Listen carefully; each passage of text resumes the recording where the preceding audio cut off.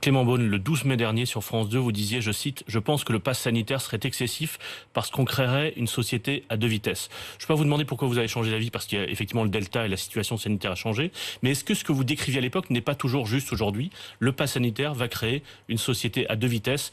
Les Français vaccinés, les Français non vaccinés. Et on sait que parmi les non vaccinés, il y a des gens qui sont des anti-vaccins, mais il y a aussi les plus précaires, ceux qui sont loin de l'information, parfois qui ne parlent pas français. Vous fracturez la société, non? Mais si je peux revenir d'une seconde, ce que j'ai dit le 12 mai, c'était parce qu'aujourd'hui, il n'y a pas d'accès généralisé au vaccin. Bien sûr, il y a le Delta qui a changé la donne, c'est évident. Personne ne met le pass sanitaire dans toutes ses activités de vie quotidienne de gaieté de cœur. Moi non plus, personne au gouvernement. Bon.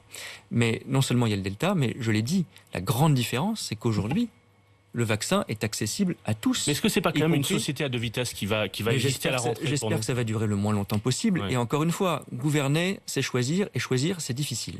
Le choix, c'est entre laisser le variant filer. Je crois que personne ne le veut, et qu'on voit à quelle rapidité il galope, malheureusement, dans certains territoires en particulier, c'est très préoccupant.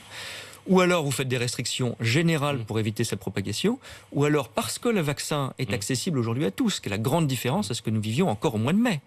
Heureusement, parce que nous avons accéléré, il est gratuit, il est généralisé, il est disponible pour les mineurs. On a vu d'ailleurs que des millions de Français s'étaient connectés pour prendre rendez-vous cette semaine.